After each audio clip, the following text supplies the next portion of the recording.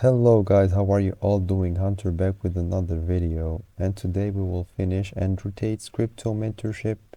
So this is part 2 guys. If you did miss part 1, make sure to check it out. So we start at the digital currency revolution. We have seen the three key eras. We have the conception era, the birth of digital money, we have the trial era, and we have the cryptocurrency era. This is when the real-world applications of alternative digital currencies took off, with Bitcoin being the original. Okay, so this is an introduction to the crypto world. Okay, if you don't know anything about crypto, this is you know, the basics. Okay, the key things. You know how cryptocurrency works, what it is, what is money, etc., etc. Okay, guys. This shows you why in the future why we will only use digital money, which is crypto. Okay, so why do we need all these different forms of money? Why do we need like digital currencies and stuff? There are a number of key fundamental problems with the monetary system. First one is lack of privacy. If you want to create a bank account, the institution will ask for extensive personal details, photo, ID, passport, etc. for every transfer that is made, which is a hassle. That's why everybody prefers crypto, obviously. The bank knows exactly who is receiving and sending the money. Second problem is central bank control. Central bank control and dictate what happens in the monetary system throughout history. When his power was in the hands of a small group of people, they ultimately became corrupted and abused their position of power. 3. Quantitative easing. Quantitative easing refers to when central banks increase the total supply of money in circulation. This has in many third world countries had a huge negative impact, such as Zimbabwe, because of this immense money printing by their central banks. Have 1 billion and $1 trillion notes simply because so much money has been printed, and it leads to inflation, obviously. As mentioned earlier, characteristic of money is limited supply, which has clearly not been the case in many countries such as Zimbabwe. Fourth problem is globalization. If you wish to travel to a foreign country, you will likely need to spend in their native currency. The conversion between currencies is an quite expensive process and can leave you severely out of pocket. For a simple transfer of $300 at an airport rate can be anywhere between $20 to $45. Roughly $5.1 trillion is transacted between currencies every year, so the cost of doing so is extraordinary. Fifth one is microtransactions. We are moving into a new digital age where people have the ability to access micro sums of information. For example, a future social media platform may have the ability for users to pay micro sums of money to access particular pieces of content. A highlight video of the latest surfing comp could cost user 5 cents to watch. Right now, this is not possible with our current monetary system. So, next part is the Bitcoin revolution. In January 29, Bitcoin revolution begins.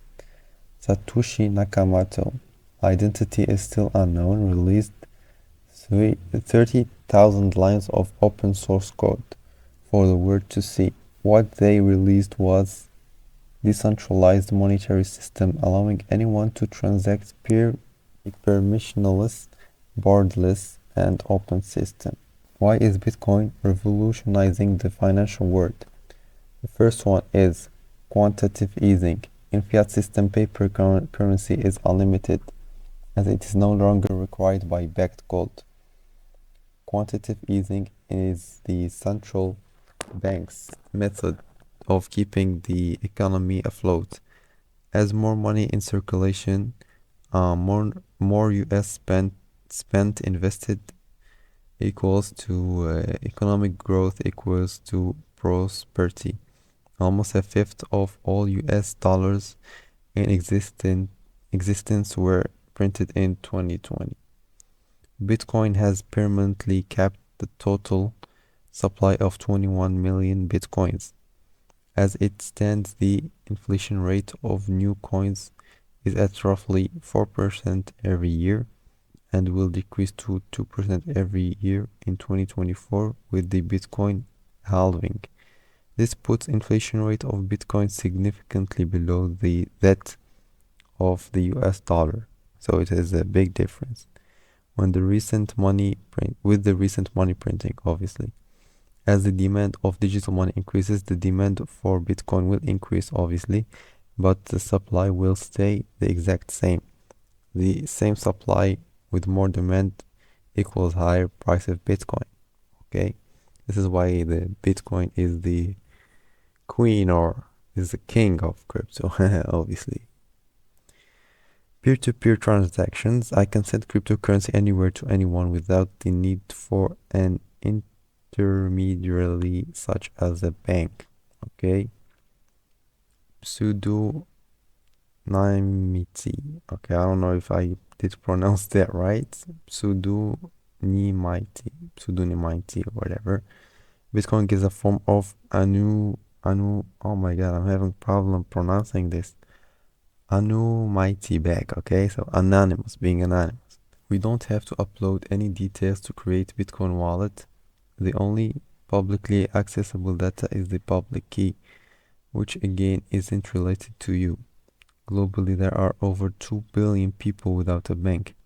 Bitcoin, but more specifically DeFi, is giving these people access to create and manage their own finances and access to participate in the global economy. Government free. Bitcoin is detached from any government oversight or control. We have the global currency. Bitcoin gives anyone around the world access to a global platform and a currency which can be spent anywhere. No longer do you have to convert between different native currencies with their high conversion rate fees. You can simply pay with Bitcoin, and this is happening right now. You can have a lot of Bitcoin or whatever. You go to Dubai and you can buy anything with it because Dubai, gives you the ability to buy with crypto. People are buying Bugattis with Bitcoin, buying houses, everything with crypto, which is amazing. And I hope every country does that, but they don't want to. So yeah, because the government doesn't want that. So whatever. Immutable blockchain. Every transaction in the history of Bitcoin is uploaded into a digital block. Group of transactions, which is connected to every prior block, like a chain. Thousands of computers worldwide have this blockchain sequence downloaded and are all connected to each other as the verifiable sequence of blocks for the blockchain. No one can undo any transaction at any point in time. And the further back a transaction on the blockchain, the safer the transaction becomes from any potential attacks. So we have the double spending. Bitcoin solved the double spend problem that may prior digital monies had. Okay, I don't know if I said it right. If you go into a coffee shop and pay with Bitcoin, the money is sent and cannot be used to try and double spend with another transaction. What makes Bitcoin valuable? So, to understand why Bitcoin has value, let's look at why art has value. Mona Lisa is roughly $850 million. Mona Lisa is valuable because it is incredibly scarce and only one of them exists. But scarcity by itself means nothing. Scarcity must be backed by demand. Mona Lisa has value because there are enough people who have the combined belief that this piece of art is worth something in the future as store of value for long term. So it is an asset. Scarcity plus belief in future value by a group of people equals value. Okay, guys. So this was part 2. Next thing is part 3. We will see the market cycles by Andrew Tate. So make sure to subscribe and comment, like the video and share it. For me, comment down below part 3 so I will know that you guys want part 3, okay? And yeah, with that being said, see you next time. Peace.